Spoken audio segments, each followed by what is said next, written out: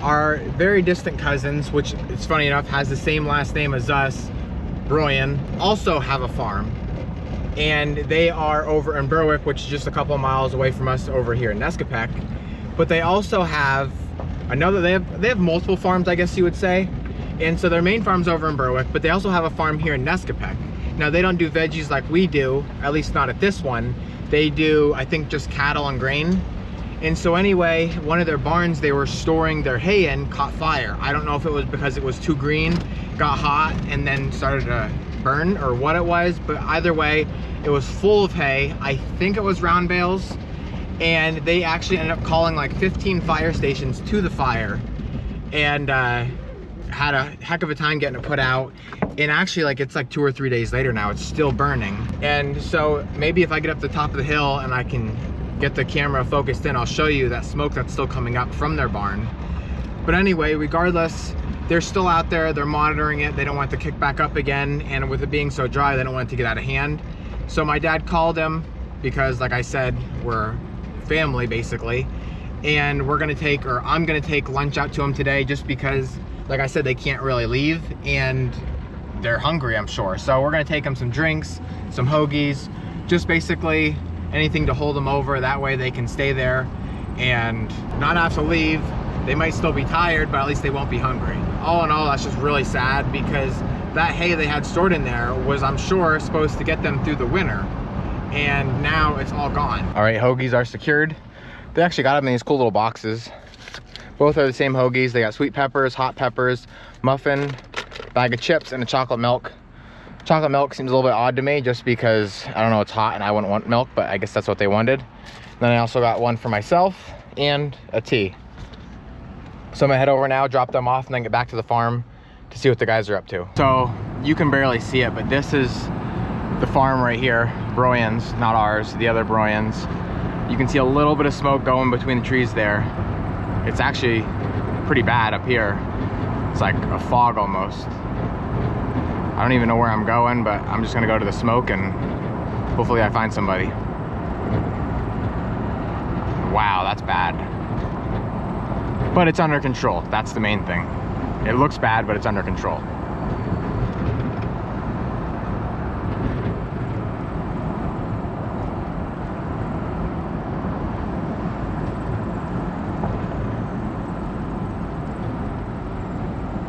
Holy cow.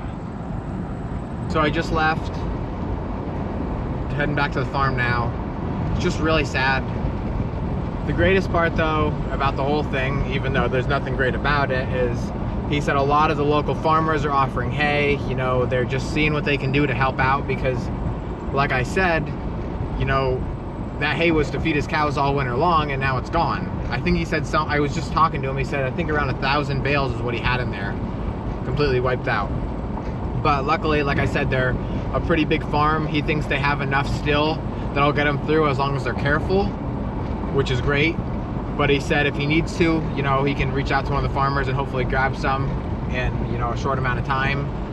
He basically just said, you know, if anybody wants to help, donate to the fire companies that came out and, you know, put out the fire, because without them, who knows how bad it could be, especially with how dry it is.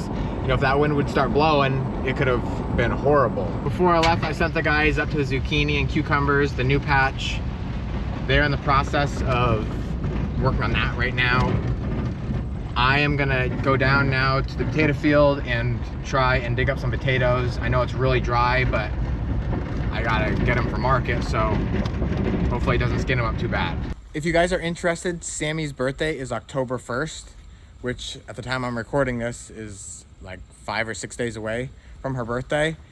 And I wanted to let you guys know that she loves cards. So if you wanted to, send her a card to our farm market and I'll make sure she gets it. 493 Berwick Hazleton Highway, Nescopeck Pa 18635. And I'm not gonna tell her, she might see it in the video, but I'm sure she would be very excited. And I'll have the address in the description below.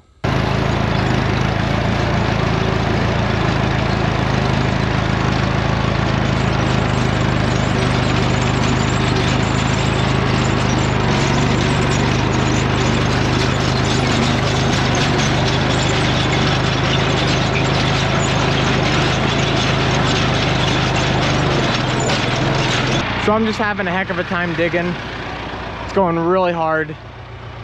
Just really getting caught up with either weeds or just the stones are just not flowing because it's so dry. Really banging some of the potatoes up. Now this is a funky one which we're gonna throw out anyway, but it's just bouncing them all to heck because of just the dryness. I mean, there's just no moisture at all. It's horrible. So the guys just got here and they're working on picking them up now. I'm trying to finish off this row which ends right out there, but like I said, I'm just having so many blockages.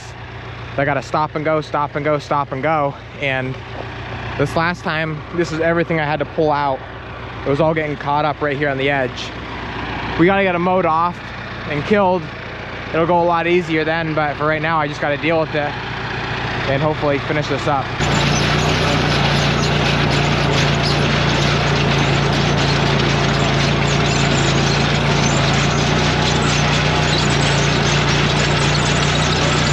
So I finished it up. Wow, that was horrible. Horrible, horrible, horrible, horrible digging. I tried to lift it up out of the ground a little bit just so it's not going so deep. And you can see how I did end up cutting a couple of potatoes that were extra deep, but for the most part, I didn't do that too bad. If it wasn't for just finishing up this row, I wouldn't have even dug that much until we got another rainstorm. But just because I was already in the row, I was already going, I don't want to do this again until we get rain. I thought, you know what, I'm just going to finish out the row, and that way we'll have until maybe 2 or 3 days at market instead of coming back down here in a day or two. The crazy part is that it's not even that rocky. I mean, you've seen rocky in our fields before if you've seen our previous videos, and this isn't that bad. It's just more the dry than anything. I mean, the weeds definitely aren't helping, but it's the dry. Down here, these next 2 rows are the worst. Up here, they're not quite so bad, but we'll get them taken care of hopefully pretty soon. But I'm gonna circle around the field now, hit the reds, and then get up out of here so we can move on to the next job.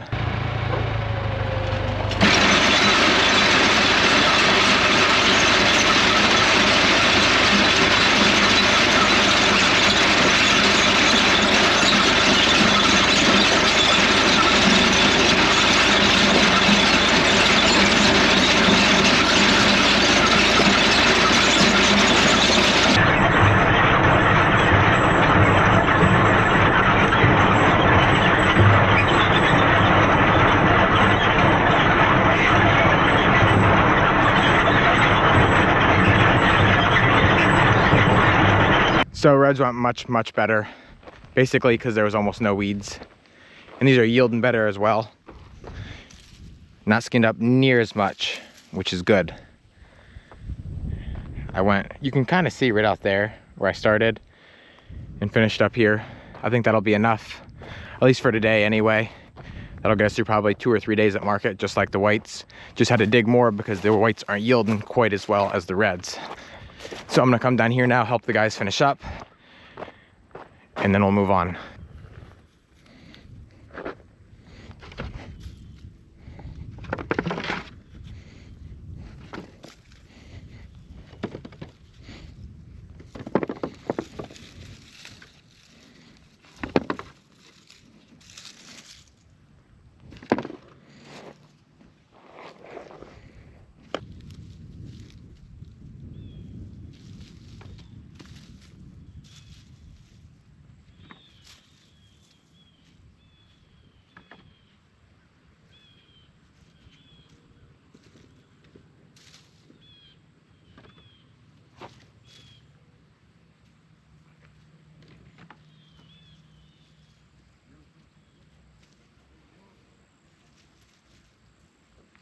To finish up the day, we're moving irrigation pipe. We've had it in the peppers here all season long, but now we're gonna pick it up and move it into the sweet corn.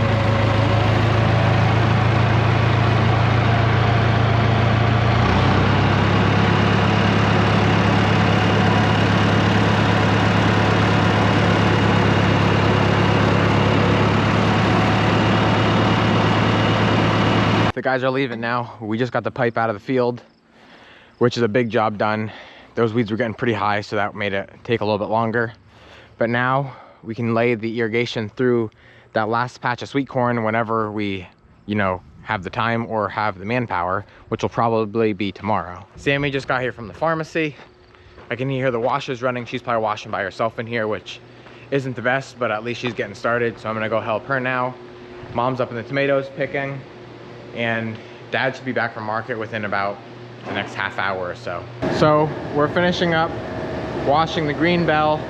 Then we're gonna move into the red bell, then all of the ornamentals, onions, and after that'll be potatoes. We just got the red Italian done, and before I got here, she got all the cherry peppers and the jalapeno done.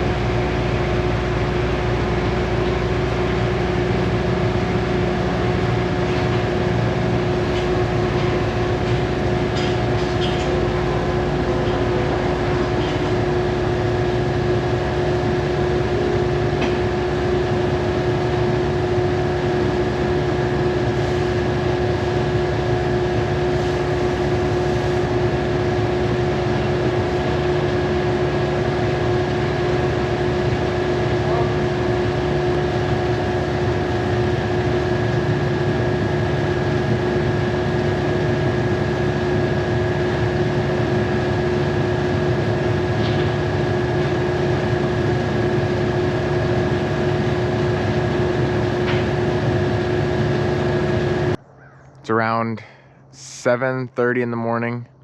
We just got the truck loaded for market. Now I came down here before Dad leaves to get some cole crops. This is the field right here. Beautiful. I'm gonna start off by grabbing some kale. Everything is so wet and dewy. I'll get like 5 to 6 in a bunch, depending on how big the leaves are. Take a rubber band, throw it around it,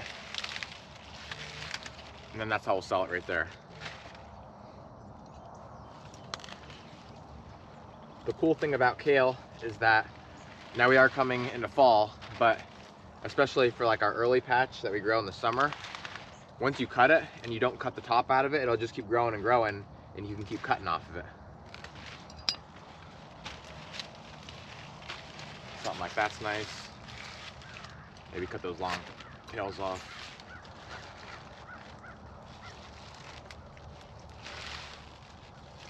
It's easier if you have 2 people, one to hold it, one to rubber band, but that's not bad.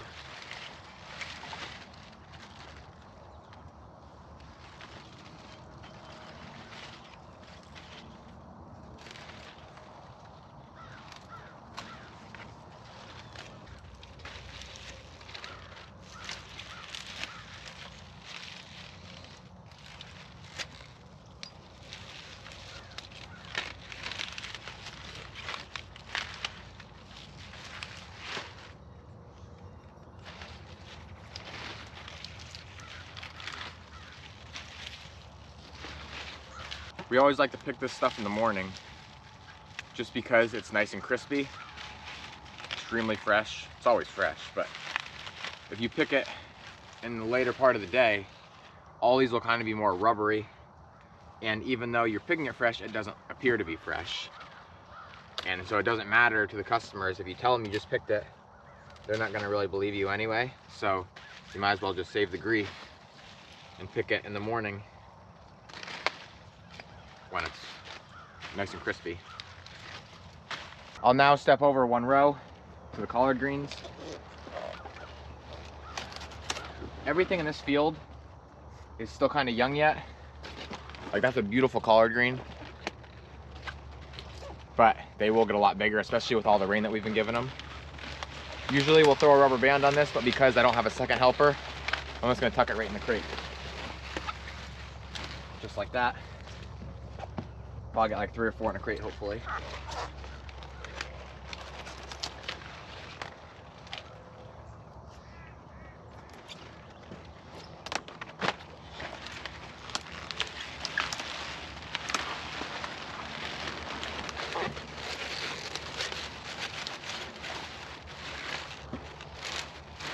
Probably only 3.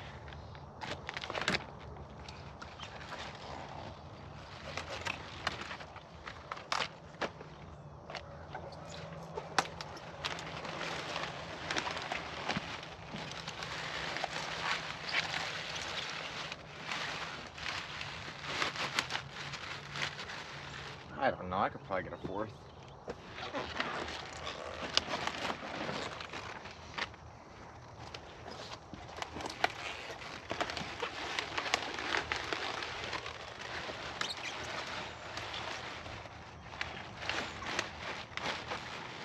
One more.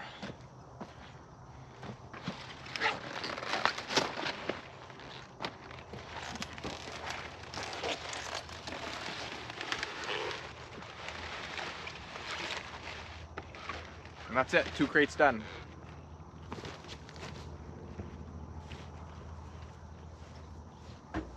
Out of the 3 patches of cole crops that we grow in early, mid, and the late almost always does the best, just because it's cooler.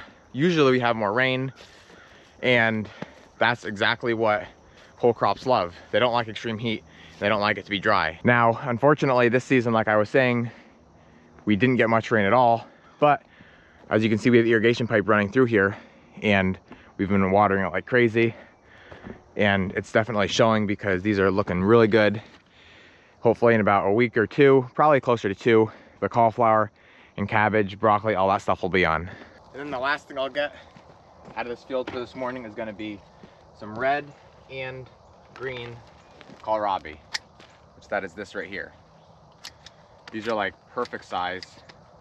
The only thing about these that I don't care for is how fast they grow.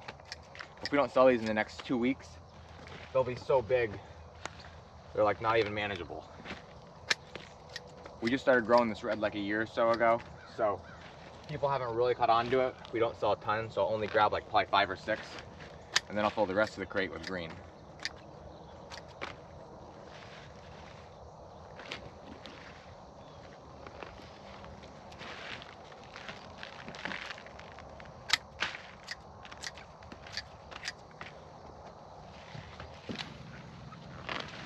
And this is the green.